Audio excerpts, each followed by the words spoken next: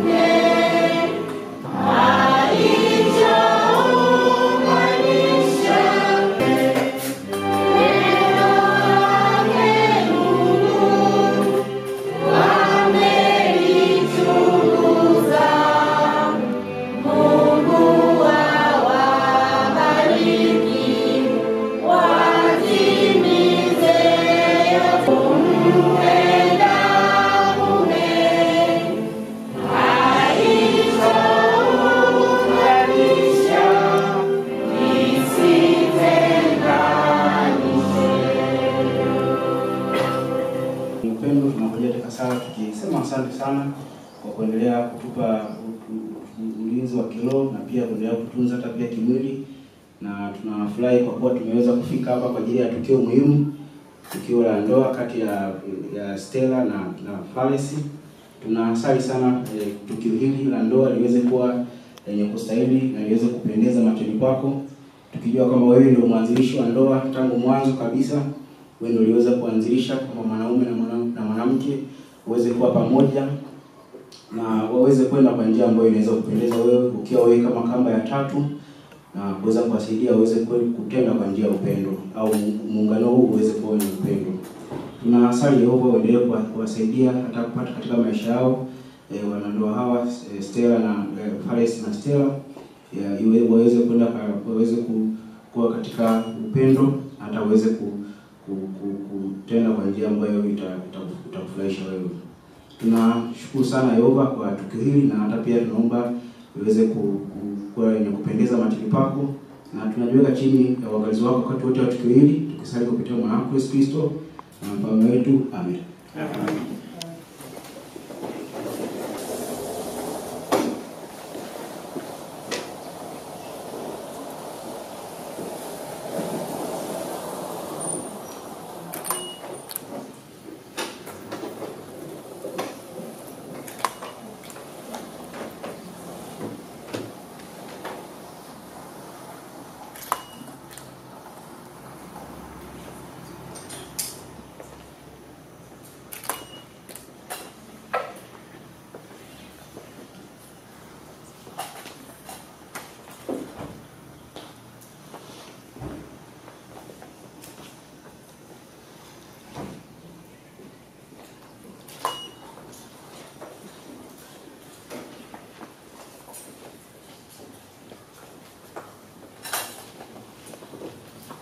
Sasa leo siku imefika kiasi. Kwa hiyo siku yenyewe ndio hii. Sasa tunataka kufikiria angalau, kwa sababu tayari mtaingia kwenye ndoa, katika ile Mwanzo ile sura ya 2, kufungua sehemu hiyo, na tutasoma mistari michache katika sehemu hiyo. Usifunike, tutasoma hata mstari mwingine. Unasema hivyo: kwa hiyo Yehova Mungu akamleta mwanaume huyo. Kwa hiyo Yehova Mungu akamletea mwanaume huyo usingizi mzito, na alipokuwa akilala akachukua ubavu wake mmoja kufunika nyama mahali hapo, na Yehova Mungu akaufanya ubavu aliochukua kutoka kwa mwanaume uwe mwanamke, naye akamleta kwa mwanaume huyo. Hili ilikuwa ni jambo la kwanza ambalo Yehova aliweza kulifanya, na sasa aliamua kumleta. Na baada ya kumleta sasa ingekuaje? Hebu angalia mstari ule wa 24. Mwanzo hiyo sura ya 2 mstari wa 24. Sasa ndio unaokazia kile ambacho aliweza kusema. Anasema hivi: ndiyo sababu mwanaume atamwacha baba yake na mama yake, naye atashikamana na mke wake, nao watakuwa mwili mmoja. Jambo ambalo aliweza kufanya ndiyo jambo hilo, kwamba sasa wao baada ya kuwa wamekaa sasa wangeacha familia yao, sasa wangeambatana wakiwa wawili na wao wakiwa mwili mmoja. Huenda tukio hili litatukia leo. Huenda sasa kila mmoja amezoea watu wa familia, baba, mama, dada, shangazi, mjomba. Lakini sasa leo kama ilivyo, basi itakuwa ni njia sasa ya kuacha wale, na sasa mtakuwa wawili. Na Mungu mwenye furaha, ndoa yenye kuheshimika inaonyesha sifa muhimu sana. Katika Wakorintho wa pili ile sura ya 13 na ule mstari wa 11 unataja jambo muhimu sana ambalo lingehitaji hasa kuonyeshwa katika ndoa hizo. Wakorintho wa pili sura ya 13 na ule mstari wa 11 unasema hivi: mwisho wa kina ndugu, endeleeni kushangilia, kurekebishwa upya, kufarijiwa, kufikiria kwa upatano, kuishi kwa amani, na Mungu wa upendo na amani atakuwa pamoja. Kwa hiyo bado hapa anafikiria kwamba sasa ametaja juu ya upatano, amani, upendo, mambo hayo yametajwa katika sehemu hiyo, kwa kwamba ni jambo ambalo Yehova anakusudia. Kwa hiyo unaweza kufanya ndoa idumu katika upendo na furaha. Jinsi gani? Wenda tufikirie sasa sehemu hiyo kwamba unaweza ukafanya vitu hivyo kwa sasa jinsi gani? Ili ndoa ya Kristo idumu, lazima Mungu aweke wa kwanza maishani. Hilo ndio jambo la kwanza. Ndoa ni kama kamba yenye nyuzi mbili, kama tunavyosoma kwenye kile kitabu cha Mhubiri 4 mstari wa 9 mpaka 12, inataja juu ya kamba kwamba ni kamba yenye nyuzi mbili. Wezi wote wawili wakiwa pamoja wanakitegemezana wao kwa wao, bila shaka upendo utaendelea kudumu na ndoa yao itakuwa yenye kudumu. Tunaweza kukubali au kuelewa kwa ujumla kuhusu jambo hilo tunapofikiria kwamba ndoa lazima idumu kwa kutegemea mambo matatu. Jambo la kwanza ambalo sasa linahitaji ambayo inaweza kudumisha, kwanza ni lazima nyinyi wawili kwanza mjifunze Biblia pamoja. Hapa inasema kusoma au kujifunza Biblia pamoja. Hiyo ni uandalizi wa kwanza wa kuwafanya kwamba muweze kuwa katika nguvu katika ndoa yenu. Kusoma Biblia pamoja. Jambo la kwanza. Hili jambo la pili nasema kusali pamoja. Kwa hiyo tukumbuke kujifunza Biblia pamoja, kusali pamoja na kuabudu pamoja ni kifungo kizuri cha kuhakikisha kwamba ndoa yetu inakuwa yenye kudumu na yenye kufurahisha nyakati zote. Wala tunapofikiria kwa ujumla kwa nyinyi, lakini tunaweza kufikiria angalau mmoja baada ya mwingine kile ambacho anaweza kufanya. Wala tuanze kwa kuzungumza pamoja na Michael, mume anayejipatia heshima nyingi. Jinsi gani tunajipatia heshima? Michael, tunazungumza pamoja na wewe. Mwanaume amewekwa rasmi na Mungu hawe kichwa cha familia na mwenye upendo. Kwa hiyo bado upendo unatajwa ikiwa ni sehemu ya kwanza. Na tunaposema kwamba wewe ni kichwa, wewe unatia ndani kutoa maamuzi timamu yanayotegemea Biblia, kuongoza katika njia yenye upendo na yenye fadhili. Hilo ni jukumu lako ukiwa wewe kichwa cha familia. Na hii inatia ndani tena kuandaa mahitaji. Huenda sasa hapa tukazungumzia mahitaji ya sehemu zaidi. Inaweza kuandaa mahitaji ya kimwili. Huenda kama chakula, mavazi, makao. Ni jukumu lako wewe Michael kufanya jambo kama hilo. Lakini kile ambacho unaweza kuandaa mahitaji ya kiroho. Kama tulivyosema, kujifunza Biblia, kujua mambo ya kujifunza ni jukumu lako ukiwa kichwa kwa sababu unafanya hivyo. Lakini jambo lingine tena, unaweza kuandaa uhitaji wa kihisia moyo. Wewe unaweza kufikiria kwamba mimi nitafanyaje uhitaji kuandaa kihisia moyo? Huenda kuna jambo ambalo unahitaji kufikiria, wanasema unahitaji kujiongeza katika sehemu hiyo. Na ili uweze kujiongeza, kwa mfano tunasema kwamba wewe umeishi maeneo ya huko Sukumani, tunajua kama mara nyingi unapenda kula ugali. Wewe mtakuwa mko pale nasema kwamba leo tunakula nini? Wewe utasema ugali. Tena jioni nasema leo tunakula nini? Unasema ugali. Sasa ni jambo ambalo umelizoea. Lakini utakapokuwa pale nyumbani sasa utaanza kuona sasa mwenzako sasa akishika glasi anaweka hapa, akishika hivi na hiyo uso umebadilika. Hapo unahitaji kujiongeza. Utafanya nini sasa? Kutoka kama huko, alafu ingia maeneo ya chini. Wewe tafuta angalau nyama choma, chips kidogo. Unakuja nayo hii hapa. Utaona meno 32 yote nje. Hapo umeshughulikia kesi yako. Hilo ndio jambo muhimu ambalo unaweza ukafanya. Hiyo hapo unakuwa unaishughulikia kesi ya moyo. Kama umejua hisia zake na umejali, na jambo hilo litasaidia kuhakikisha kwamba ndoa yenu inakuwa katika hali nzuri. Ni jukumu lako wewe Michael kufanya jambo kama hilo. Na bila shaka ni muhimu kufikiria tena jambo lingine kama tafrija, ni muhimu sana kuziandaa ukiwa kama kichwa cha familia. Hiyo yote inaonyesha wazi kwamba utahitaji kuongoza mambo mengi hata katika ibada. Yesu Kristo alifanya nini? Labda nikuombe ufungue kitabu cha Waefeso ile sura ya 5 na tunaweza kusoma mistari michache pale, usifunike. Tunaweza tukaanza kusoma. Tunaita kielezo cha Yesu. Unahitaji kuiga wewe. Kielezo cha Yesu ile sura, kielezo cha Yesu ile Waefeso sura ya 5. Acha tuanze kwa kusoma ule mstari wa 25. Unataja ukisema hivi: enyi waume, yani wewe, enyi waume, endeleeni kuwapenda wake zenu kama vile Kristo pia alivyolipenda kutaniko na kujitoa mwenyewe kwa ajili yake. Hapo pana kazi ya kuiga juu ya Yesu. Lakini tuende mstari wa 28 na 29 tusome tena pale. Anasema hivi mstari wa 28: vivyo hivyo waume wanapaswa kuwapenda wake zao kama miili yao wenyewe. Mwanaume anayempenda mke wake anajipenda mwenyewe. Kwa maana hakuna mtu anayeuchukia mwili wake, bali huulisha na kuutunza kama vile Kristo alivyolitendea kutaniko.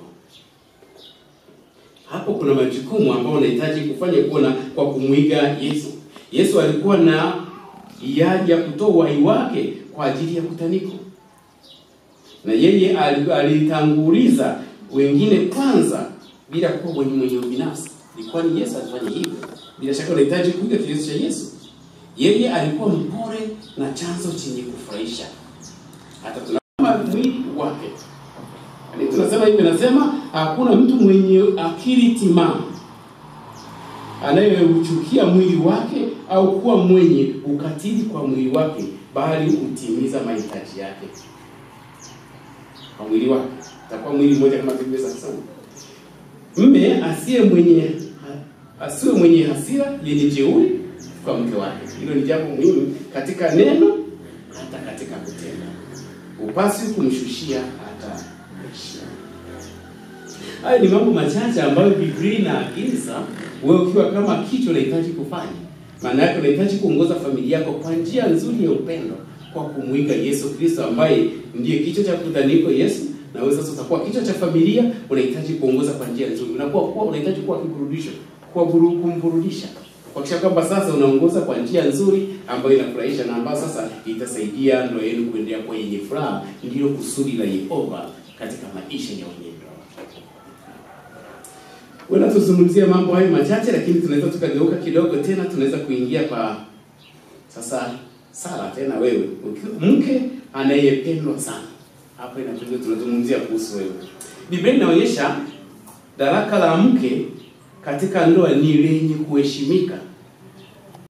Vile vile ukiwa mke wewe ni kikamilisho. Mke si mtumwa au mtu duni. Hapana, haiko hivyo. Kutambua kwake kanuni ya ukichwa kunaendeleza mafanikio na furaha katika ndoa.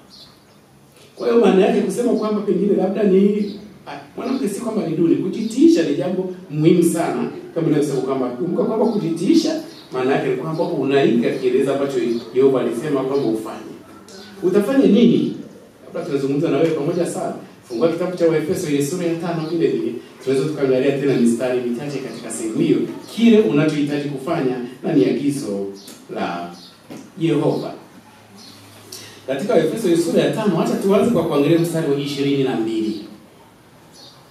Waefeso ile sura ya 5 mstari wa 22, tuanzie hapo, tunaweza kwenda mpaka 20. Nasema hivi: wake na wajitiishe kwa waume zao kama kwa Bwana. Kwa sababu mume ni kichwa cha mke wake, kama vile Kristo alivyo kichwa cha kutaniko, yeye akiwa mwokozi wa mwili huu. Kwa kweli kama vile kutaniko lilivyojitiisha kwa Kristo, wanawake pia wanapaswa kujitiisha kwa waume zao katika mambo yote. Ni agizo la kimungu, kwa hiyo ni kwa faida ya nyinyi mkiwa kwenye ndoa. Kwa hiyo wewe ukiwa unajitiisha kwa mume wako, ina maana kwamba mtakuwa umeandaa au umeenda kulingana na jinsi ambavyo Yehova anavyotaka, na jambo hilo litasaidia sana kuhakikisha kwamba mnapata faida nyinyi wawili. Na hapo inakazia jambo muhimu kwamba kwa nini tunasema hivyo? Kwa sababu bila uongozi matokeo yanaweza kuwa labda kutopatana, inaweza kuwa mvurugo, na hata inaweza kuwa kukosa hata fulani. Kwa sababu inahitaji kuwa kwenye mpatano. Ni kama tungefikiri wewe najua Michael hata Sera nyinyi ni madereva, si ndio? Lakini fikiria lile gari lina usukani mmoja. Hivi vipi mkiamua kwamba huyu anashika mkono mmoja kwenye usukani na huyu anashika mwingine, alafu mnaanza safari kuendesha? Fikiria, sasa huyu anataka aende hivi, alafu na wewe unataka uende hivi. Hebu safari ya kutoka Mwanza kwenda Shinyanga mtafika wapi? Wenda Misunga mtafika.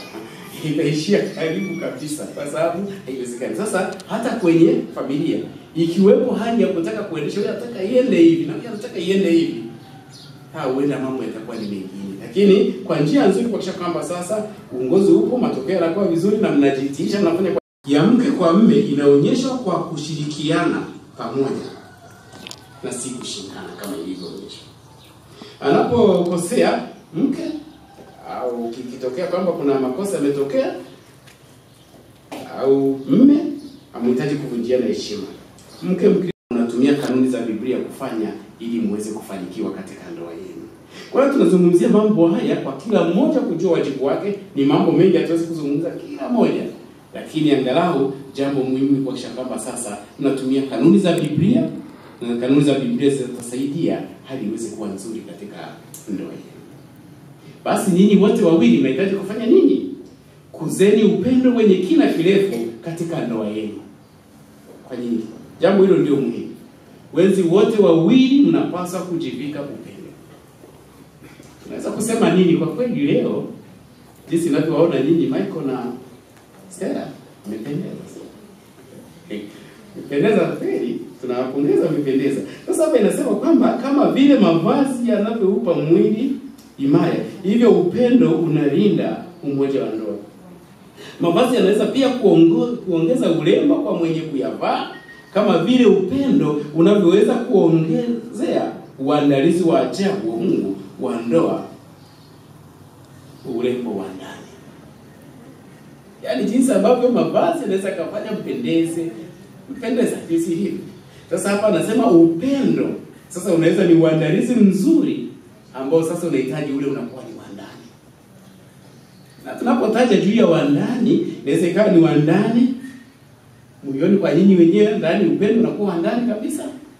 Na vile upendo unahitaji kuelekana ni ndani ya nyumba ambao mtakuwa nayo. Ni ndani. Kwa sababu mavazi yanaweza kaonyesha nje mnapotembea, mnapofanya hivi, lakini upendo ni jambo muhimu sana ambalo linapaswa kuwa sehemu ya kwanza. Tafuta njia za kuonyesha mwenzi wako upendo kila siku. Yaani tafuta nafasi kwamba ni nafasi gani naweza kumuonyesha upendo. Tengeni wakati wa kuzungumza pamoja kila siku, ni jambo muhimu sana. Uenda anza kufikiri kidogo tangu ulivyoanza uchumba. Hapa nasema kwamba mnahitaji kuzungumza pamoja kila siku. Uenda hata kama umetoka pengine unaweza kupigiana simu, umefika kazini au umefika wapi, ni vizuri kufanya hivyo kwa kawaida, si ndio? Lakini unapofika nyumbani tena mnatenga wakati. Kulikuwa majukumu gani? Foleni ya dada pale, kwa kazi sana. Mnaanza mazungumzo ya kawaida tu. Ni muhimu sana ambayo inaweza kuendelea kuimarisha ndoa yenu kwa njia nzuri, kwa sababu ni mawasiliano ambayo Yehova anataka mfanye hivyo bila kuacha. Sikilizeni mmoja na mwenzake mkiwa mnazungumza, ni jambo hilo muhimu ambalo litawasaidia kuhakikisha kwamba mnafanya kwa njia nzuri. Fanyeni zoea la kuonyeshana fadhili katika mambo hata madogo madogo, kama vile kwa maneno mororo yenye fadhili na hata matendo yenye shauku ambayo ni muhimu sana kuhakikisha kwamba mnafanya hivyo. Kufanya hivyo kutasaidia sana kuhakikisha kwamba ndoa yenu inakuwa yenye nguvu, upendo, na sasa hili jambo litasaidia kwamba mfanye kwa njia nzuri yenye kufaa. Hapo tumezungumzia mambo machache ambayo mnaweza mkafanya, lakini tunaweza tukakumbuka angalau mambo haya kwa kupitia kwa kiasi fulani tumezungumza. Tumetaja kwa ufupi kuhusu jinsi ambavyo ndoa ni jambo ambalo lilianzishwa na Yehova tangu mwanzo kutoka tumetaja. Kwamba Yehova alianzisha ndoa kwa makusudi mazuri kwamba iweze kuwa yenye kufurahisha. Muweze kufurahia kwa njia nzuri. Ndio maana kwamba alimletea Adamu mke kwamba wakae pamoja wafurahiane. Ndio jambo ambalo alikusudia. Na leo ndoa zinafungwa na nyinyi mnafunga ndoa leo kuhakikisha kwamba sasa lengo ni kwamba muweze kufurahia. Lakini tumeona kwamba ili muweze kufurahia kwa njia nzuri ni lazima angalau mfikirie yale maandalizi matatu muhimu sana. Wenda sasa tukiwa huko tutaulizana na kumbuka ni yapi. Jambo la kwanza kujifunza Biblia pamoja. Jambo la pili kusali pamoja. Na jambo la tatu kuabudu pamoja. Hayo msiache kabisa, yanaleta muungano mzuri na yanafanya kwamba muweze kuwa karibu na Yehova. Yehova ataendelea kuimarisha ndoa yenu na kuwabariki kwa njia nzuri zaidi. Bila kusahau kila mmoja kutimiza wajibu wake. Tumeona kwa njia nzuri, wewe Michael ukiwa ndiye kichwa cha familia, unahitaji kuongoza kwa njia ya upendo. Kushughulikia mambo kwa njia nzuri. Tumetaja mambo mengi hapa kuhusu jinsi ya kuandaa mahitaji, kuandaa mambo ya kihisia, kuandaa mambo ya tafrija, yote yanahitaji kuandaa ibada, ni jukumu leo. Sasa hakuna kufanya kwamba sasa mimi hapa nimetingwa na mambo mengi sitafanya. Fanya yote unayoweza kuhakikisha kwamba unafanya. Kufanya hivyo kutasaidia. Heshima itasaidia sana kwamba sasa unatambua ukichwa na unafanya sehemu yako, na kwamba unapotambua ukichwa imaanishi kwamba sasa umeshushiwa. Hapana. Baada yake ni kwamba unatimiza kwa sababu ni wajibu ambao Yehova Mungu alipenda kwamba iweze kuwa hivyo, na kufanya hivyo kutasaidia kuhakikisha kwamba ndoa yenu inaendelea kwa njia nzuri na mambo yanatendeka jinsi inavyotakiwa. Basi kama tuliweza kuona nyinyi nyote, bila shaka mnahitaji kufanya kwa njia nzuri kuhakikisha kwamba mnakuza upendo wenye kina kirefu katika ndoa yenu, kuhakikisha kwamba mnafanya yote yanayowezekana. Mkipendana kwa njia nzuri, mkifanya kazi pamoja, mkiwasiliana pamoja, mambo yote yatawaleta karibu na mtaendelea kwa njia nzuri, na Yehova anataka hivyo, na bila shaka ataendelea Yehova kubariki ndoa yenu kwa umilele wote. Sasa kwa utaratibu uliopo, ninapenda sasa kutumia nafasi hii kumwalika ndugu Wilson Sambe ili kuja kuendelea sasa na sehemu ya nadhiri za ndoa. Stella amekuja kula sato mwanzo. Sasa hivi yule sato kuna mashati ya kuunga. Unajua? Kia kule dawa nasema pale sinaizia sato. Ila huko sato na mashati yake. Sasa ni yapi? Tutaomba muweze kusimama. Ila mje jukwani. Wote pamoja, wanne.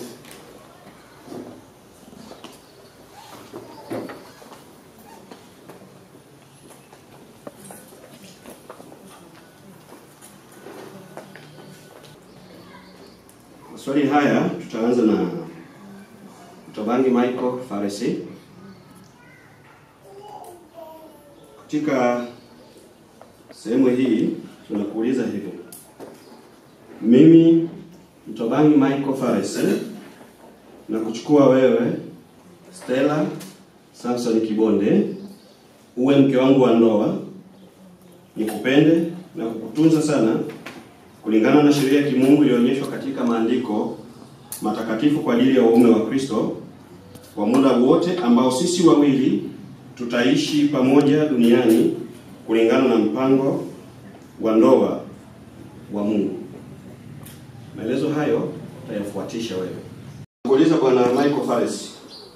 Je, wewe Michael Fares, mbele ya Yehova Mungu na mashahidi hawa, unamchukua Stella Samson kuwa mke wako wa ndoa, kumpenda na kukutunza sana kulingana na sheria ya kimungu kama inavyoonyeshwa katika maandiko matakatifu kwa waume wa Kristo kwa muda wote ambao nyinyi wawili mtaishi pamoja?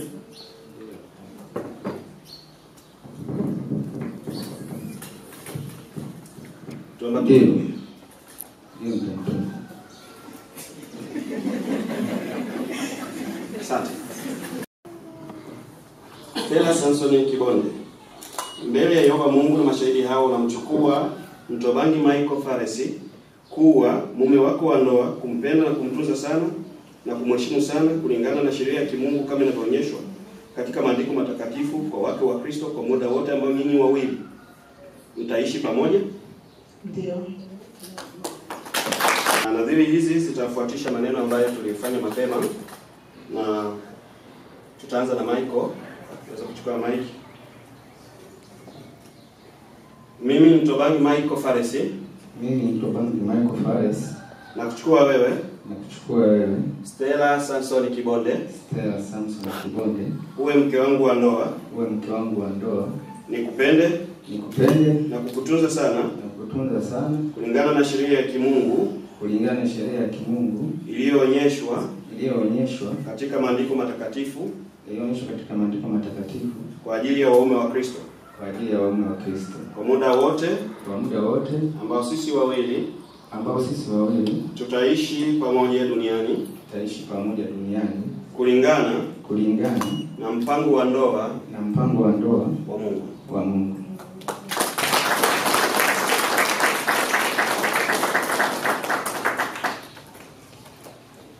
Mimi Stella Samson Kibonde. Na kuchukua wewe. Mtobangi Michael Faresi.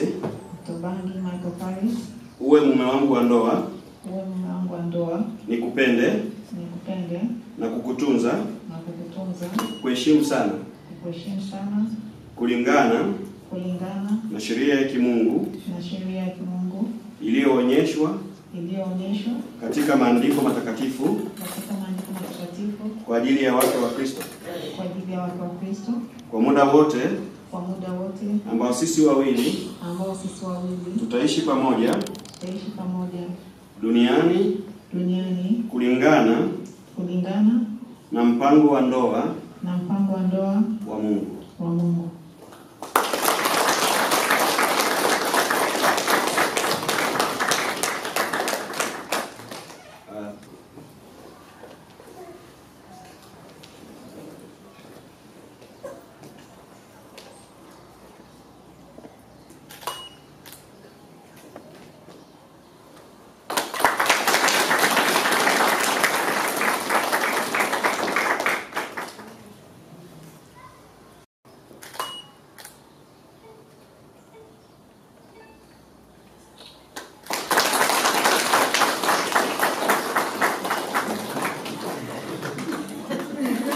Ngareni. Shangwe ndio. Basi ili kuweza kukamilisha viapo vyetu tutaweza kufanya hivyo kwa maandishi. Kwa hiyo tutabidi tuwape kulingana na sheria ya nchi inavyotaka. Kwa hiyo tutaandika pia kwa maandishi kwa kusaini kitabu hichi. Tulisema na masharti ya kumla sato, sasa atayakamilisha sasa.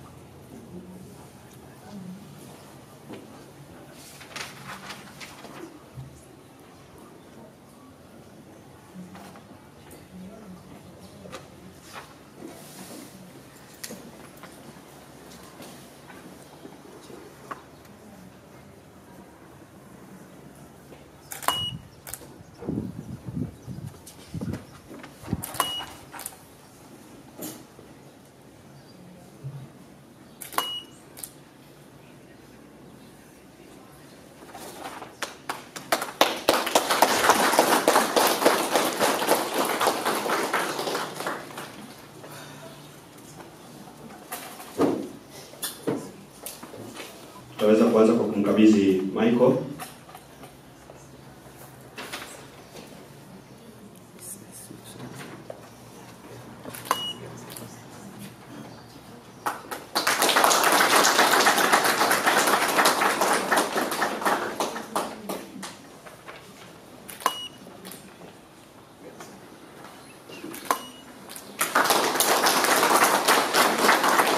Mtobangi Michael Fares na jina la Stella Samson Kibonde wameweka agano mbele ya Yehova Mungu na mashahidi hawa walio nao na hawa walioko huku kwa kukubali mmoja na mwenzake katika kifungo cha ndoa. Mimi nikiwa mhudumu aliyewekwa rasmi Wilson Alisambe, na kwa mamlaka ambayo nimepewa na maandiko matakatifu na serikali ya Jamhuri ya Muungano wa Tanzania, na watangaza kuwa mume na mke, kile ambacho Mungu ameunganisha pamoja wanadamu wasikitenganishe.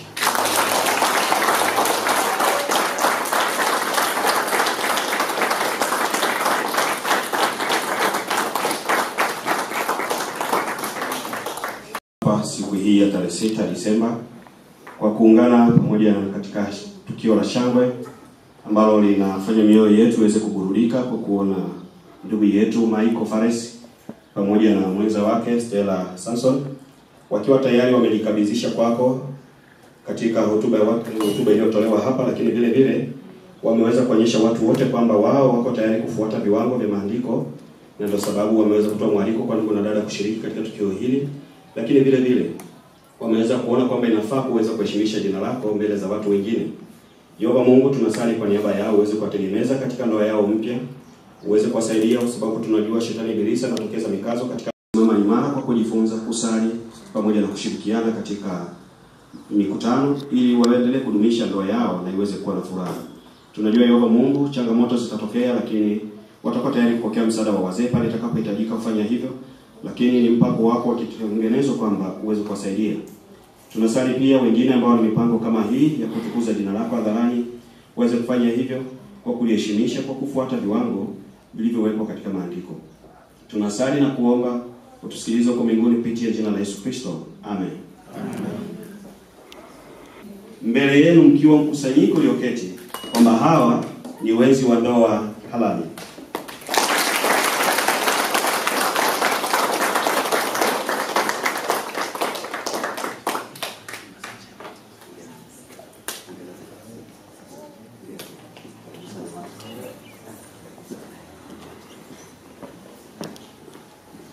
Basi tuweze kufunga tukio hili kwa kuimwimbia Yehova wimbo namba 132 wenye kichwa sasa tumekuwa mwili mmoja. Sasa tumekuwa mwili mmoja. Tunawakaribisha wote wenye uwezo kusimama na kuimbia Yehova kwa shangwe.